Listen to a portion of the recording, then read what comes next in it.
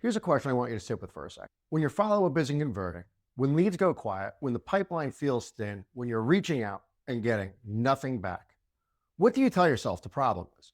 Most agents land on the same answer. I need to follow up more. More calls, more text, more touch points, more volume. And I understand why that feels like the right answer. It sounds like accountability. It sounds like effort. But for most agents, it's the wrong diagnosis. And following that diagnosis straight into more activity is exactly why the problem doesn't get fixed. Today, I want to break down why real estate lead follow-up actually fails, and then give you a concrete 5 sequence that earns responses instead of just requesting. If you're working hard, staying active, and still finding that your follow-up is getting ignored, this is going to hit close to home. So let's go and get into it. Here's the thing about follow-up volume. The number of times you reach out matters far less than what you're actually saying when you do. The reason most follow-up fails isn't frequency. It's that every single touch point is a variation of the same exact check-in. Just wanted to see where you were at, checking back in, any update on your timeline, and the person on the other end of that message feels exactly what it is. Someone reaching out because they want to know if they can close a deal, not because they actually have something to offer. People don't ignore follow-up because they've lost interest. They ignore it because there's no reason in the message to respond. When every contact is a request for information about their decision, you've made the conversation about your need, not the actual situation. The NA research on this is consistent. Most buyers and sellers choose the first agent who establishes trust and stays present in a useful way, not the one who calls the most frequently, the one who shows up with something worth paying attention to every time they appear. So before we get into that framework, I want you to audit something. Pull up the last 5 to 10 messages you've sent to leads. How many of them delivered something of value, a specific market insight, of relevant property, a resource they could actually use, versus how many were some version of just checking in? Be honest with yourself.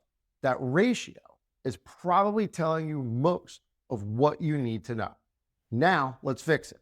The core idea behind a evaluated follow-up system is simple. Every contact has a reason, not a reason for you to reach out, a reason for them to respond. That distinction changes everything. A check-in says, I need to know where you are. A value touch says, here's something that's relevant to where you are. One creates friction, the other creates goodwill. Think about the difference between these two messages. Option 1, hey, just following up, still thinking about making a move this year. Option 2, I pulled 3 properties that came on your target area. 2 were priced about 8% below the comps for the last 3 months. Wanted to make sure you saw these before they move. Want me to send you full details? Both are follow-up. One is a check-in. The other is an actual service. That's the distinction between what separates agents who build pipelines from agents who exhaust it. And the mechanics behind that second message, the specificity, the relevance, the low friction next step, that's what the 5-touch sequence is built around. Let's get into the framework. This is not a script, it's contact logic. A reason why each touch happens, what it delivers, and the response it's designed to earn. Touch 1, establish the value frame. Timing within 24 to 48 hours of your first contact. This touch is about calibrating their expectations. Most agents lead with an introduction, I'd love to help you find a home, and then wonder why nobody responds to their follow-up a week later. Touch 1 is different. It establishes what kind of follow-up they're about to receive from something like this. I wanted to make sure you knew what to expect from me. I don't send generic updates. I'll reach out when I have something specific to your situation, a relevant listing, a market shift that affects your range, a change I think you should know about. If I go quiet, it means nothing's coming up that's worth your attention. If I'm calling, it's worth picking up. You're setting a frame. You're telling them your follow-up will have a reason. That one move separates you from every other agent sitting in their inbox. Touch 2, deliver a market-specific insight. Time is about 5 to 7 days after your very first touch. This is where you actually start to earn credibility. Send something specific, a price reduction in their target neighborhood, an inventory trend in their price range, a recent comp that changes the picture. It doesn't have to be long. It has to be accurate and useful to them. Wanted to flag something. Inventory in the 350 to 400 range in Port St. Lucie dropped 14% this month compared to last quarter. If you're still targeting that range, the window for negotiation is narrowing. Worth a conversation when you're ready. You're not asking for anything. You're watching the market on their behalf. That's what earns the next engagement. Touch 3. Address the most likely objection. 10 to 14 days in. By this point, if they haven't responded, something's holding them back. Most of the time, it's one of 3 things: timing uncertainty, financial uncertainty, or they're still deciding whether to use an agent at all. This touch picks the most likely friction and addresses it directly, not defensively, practically. A lot of people I'm talking to right now are working through the same question. Is this actually the right time to move, or does it make more sense to wait? I put together a quick breakdown of how that decision looks in today's treasure coast market. It's not a pitch, it's just the math. Want me to send it? You're naming their hesitation before they have to. That's the kind of move that shifts you from another agent to someone who actually pays attention. Touch 4, re-engage with something personal. Timing on this is about 21 to 28 days in. This is where most follow-up sequences start to fall apart. Agents either go absolutely silent or keep recycling the same market update. Neither earns your response. Touch 4 references something specific from your first conversation, their timeline, their situation, something they actually mentioned, and connects back to it. You mentioned back when we first talked that you were watching what happened with interest rates before making a move. We're now about 6 weeks from that conversation. Want to check back in and see where that stands for you. That single detail, the fact that you remembered something they said, moves people from this is an agent just following up to this is someone who is actually listening. Touch 5, offer the clean exit. 30 to 45 days. If they haven't responded by now, this touch does one of 2 things. It re-engages them or it gives them a clear way out. Both outcomes are useful. I've kept your search active as nothing has come up that I'd actually recommend bringing to your attention.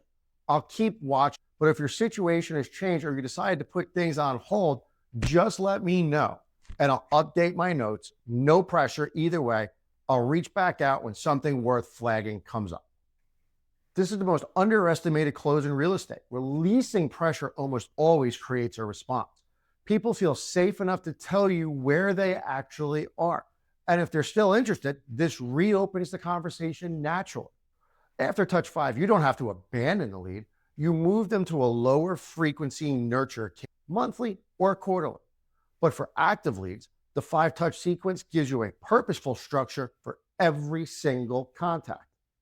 Here's why this works, and it's not complicated. When you turn your CRM into an actual system rather than a contact list, every name in it has a next step attached to it. And the next step is designed for their situation, not your urgency. The 5 sequence does that by design. Every message delivers before it requests. Every contact earns that next one.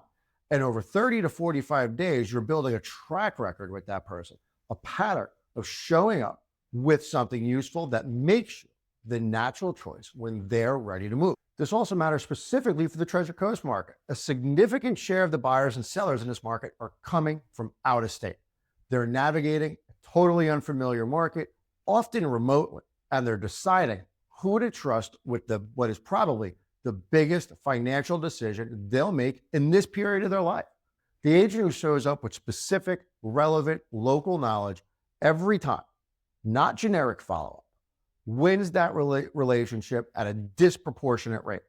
The agents at LYNQ work through this system as part of their core business coaching. It's not a hack. It's what changes the way you think about what follow-up is actually for. Let me give you 5 things you can do this week to start putting this into practice now. First, audit your last 10 follow-up messages. Pull them up right now, classify each one. Did it deliver something of value, or was it a check-in? The audit will tell you exactly where your conversion is leaking. Second, write your touch 1 message. Draft a value framer open for your primary lead type. Write it in your own voice. The framework gives you the logic, the words should sound like you. Third, identify 3 market data points you can pull in under 5 minutes. Absorption rate, median days on market, price per square foot trend for a specific zip code. Have them ready for touch 2. Fourth, go into your CRM right now and find a lead you haven't contacted in 15 to 30 days. That's a touch 4 candidate right now. Find a detail from your first conversation and write that message. And the 5th, make touch 5 a standing practice for any lead that hasn't responded after 30 days. The pressure release choice is underused. It works. Start using it. Here's the thing about follow-up systems. They don't work because they're clever. They work because they're consistent. The agents who see the biggest improvement aren't the ones who send the most sophisticated messages. They're the ones who show up with purpose every single time for 30 to 45 days. That's a standard most agents set for themselves once and then let it drip. The ones who hold it consistently are the ones whose names come up when a lead is finally ready to make a move. If you want to talk through where your follow-up is breaking down what's working, what's getting ignored, where the gaps are, I'm happy to have that conversation. There's a link in the description to book a 30-minute growth strategy session, no pitch, just a genuine look at where you and what you actually need help. I also wrote the full version of this framework as a blog post with all of the templates, step-by-step breakdowns, and the exact message structures. That link's in the description too. If this was useful, a like or a subscribe goes a long way for growing this channel. And if you know an agent who's hitting this wall right now, send it to them. I'll see you on the next one.